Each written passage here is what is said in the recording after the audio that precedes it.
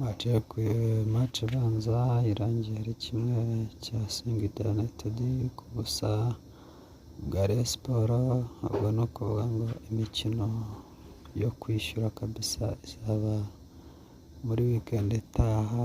Ubwo ni ukuvuga ngo Rayon Sports irasabwa kwitegura bihagije kugira ngo izabashe gutsinda ibitego bibiri hariya muri Tanzania, kuko ubwo irasabwa ibitego bibiri ku busa kabisa.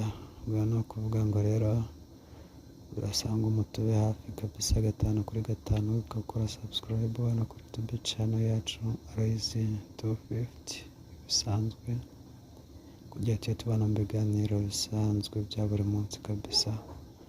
Abakunzi ba Rayon Sports mwihangane, gutsindwa bibaho ariko haracyari amahirwe kuko turasabwa kuzatsinda ibitego bibiri hariya iwabo kandi birashoboka. Murakoze cyane, tubane kuri channel.